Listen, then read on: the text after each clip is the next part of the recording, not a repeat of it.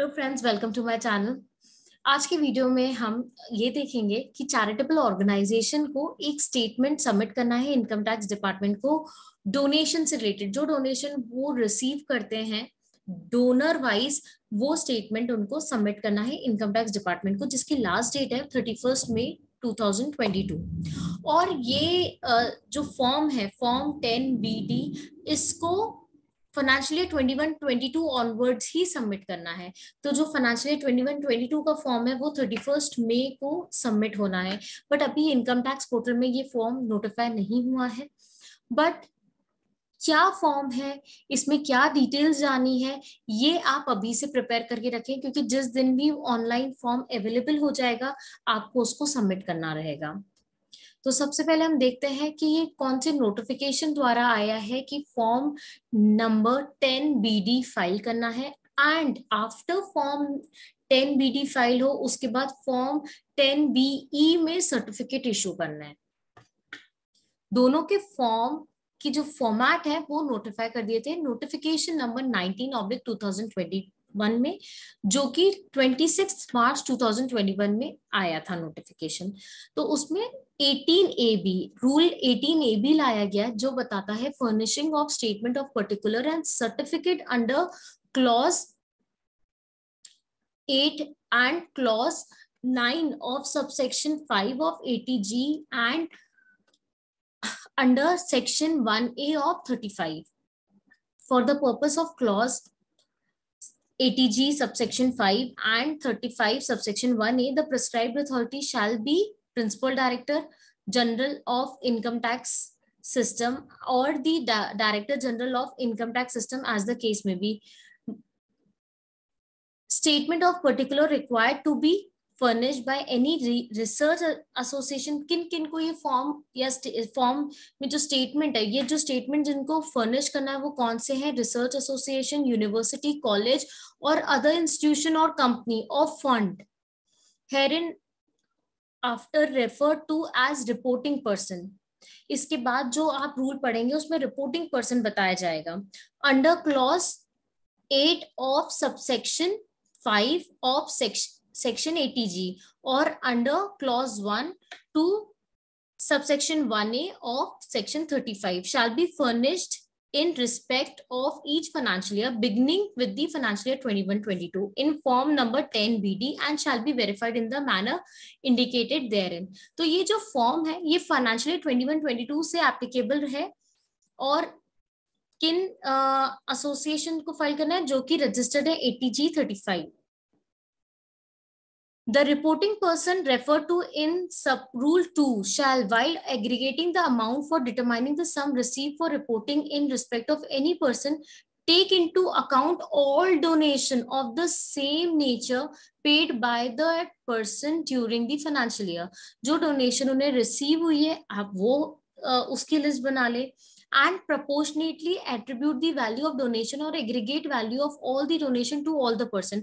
अगर एक पर्सन से ज्यादा डोनेशन रिसीव हुआ है तो जो स्पेसिफाई किया गया है प्रोपोर्शनेट, आप उस प्रोपोर्शनेट में उन पर्सन को डिस्ट्रीब्यूट कर दें। और where no proportion is specified by the donor attribute equally. अगर डोनर ने स्पेसिफाई नहीं किया तो इक्वली प्रपोर्शन करें। ये क्यों करने बोल रहे हैं? बिकॉज जब आप फॉर्मेट देखेंगे तो डोनर वाइज आपको रिपोर्ट करना है donation amount. Form number 10BD electronically file होगा। डिजिटल सिग्नेचर से आप इसको सबमिट कर सकते हैं। अगर return of income digital signature से सबमिट करते हैं, ईवीसी से भी सबमिट हो सकता है। Form number 10BD shall be verified by the person who is authorized to verify the return of income। जो रिटर्न ऑफ इनकम में साइन करते हैं वो ही फॉर्म नंबर 10BD फाइल करेंगे। The reporting person shall furnish the certificate as referred to in clause 9 of subsection 5 of section 80G or in clause 2 to section 1 subsection 1A to section 35। In section में जो certificate mentioned है वो certificate भी issue करना है to the donor in form number 10BE। जो जिनसे donation receive हुआ है उनको आपको सर्टिफिकेट भी इशू करना है। बट ये कब करना है? जब आप 10 फॉर्म BD फाइल करेंगे। Specifying the amount receive during the financial year, उस सर्टिफिकेट में अमाउंट कितना रिसीव हुआ है डोनर से, और ये सब आपको कब करना है, फ्रॉम फाइनेंशियल ईयर 21-22। इसके बाद ये बताया गया है कि जो प्रिंसिपल डायरेक्टर जनरल है वो प्रोसीजर ले डाउन करेंगे कि ये कैसे फॉर्म फाइल हो, कैसे सर्टिफिकेट इशू हो, और फॉर्मुलेट करेंगे, इम्प्लीमेंट करेंगे। एंड उसके बाद लास्ट जो रूल का जो सब रूल का पॉइंट है, the certificate refer to in sub rule 6 is required to be furnish to the donor on or before the 31st May immediately following the financial year. तो ये जो फॉर्म 10BD की जो डेट है वो 31st May है। अब हम देखेंगे इसका फॉर्मेट क्या है।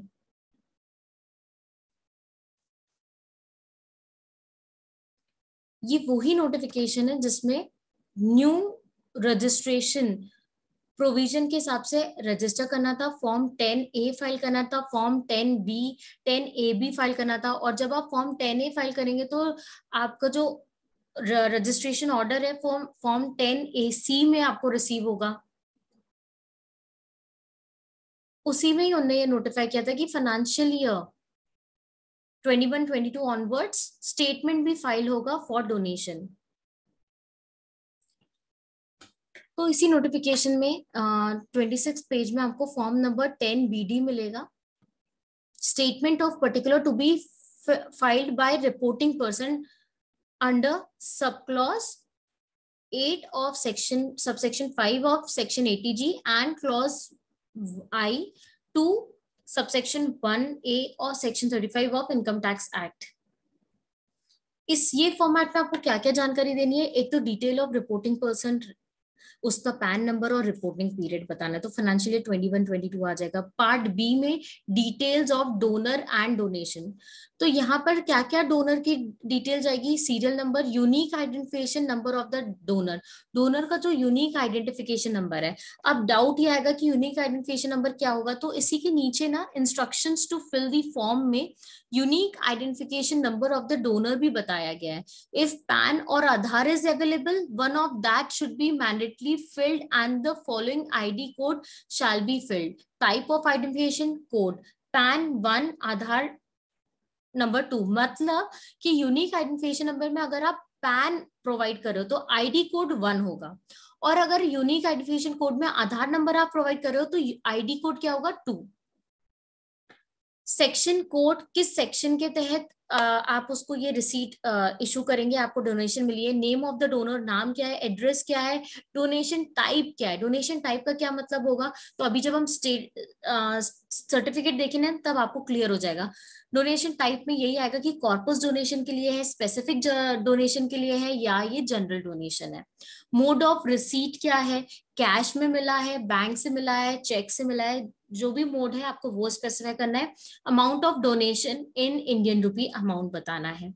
तो ये सारी डिटेल आपको डोनर वाइज देनी है। जैसे ये स्टेटमेंट फाइल होगा तो इससे क्या होगा, एक इंटरप्रिटेशन ये भी है कि जो डोनर है, जो इंडिविजुअल है जिसने डोनेशन दी है रिपोर्टिंग अथॉरिटी को, वो उसके AIS में ये रिफ्लेक्ट करने लगेगी इंफॉर्मेशन की उनने साल भर में डोनेशन ऐसे संस्था को जो कि 80G में रजिस्टर्ड है या 35(1A) में रजिस्टर्ड है, उनको कितना दिया है। ये AIS एनुअल इंफॉर्मेशन स्टेटमेंट में भी रिफ्लेक्ट होने लगेगी ये स्टेटमेंट के बाद।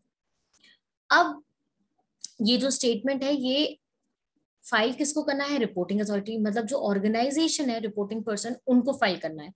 इसके बाद रिपोर्टिंग पर्सन को क्या करना है, फॉर्म नंबर 10BE में सर्टिफिकेट इशू करना है इन्हीं डोनर्स को जिन जिन ने इनको डोनेशन दिया है।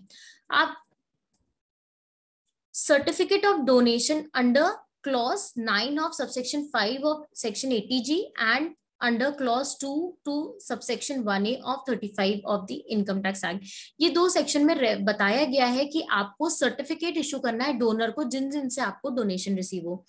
Pan number of reporting person, जो ऑर्गेनाइजेशन है उसका पैन बताना है, मतलब दोनों की डिटेल्स होगी। Name of the reporting person, address, order number granting approval, जो ऑर्गेनाइजेशन को एटीजी का ऑर्डर नंबर इशू हुआ है, यूनिक रजिस्ट्रेशन नंबर, ये आप फॉर्म नंबर 10AC से ले सकते हैं, क्योंकि अभी अभी आपने फॉर्म 10 फाइल किया होगा न्यू प्रोसीजर में, तो आपको फॉर्म 10AC में यूनिक रजिस्ट्रेशन नंबर मिल जाएगा।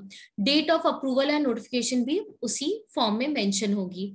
इसके बाद डोनर की डिटेल देनी है, unique identification number, PAN, Aadhaar या other, name, address, amount of donation, financial year, type of donation, corpus, specific grant या other, section under which donation is eligible for deduction. ये बहुत इंपॉर्टेंट है, क्योंकि इसी बेसिस पे वो अपने इनकम टैक्स रिटर्न में डिडक्शन क्लेम करेंगे।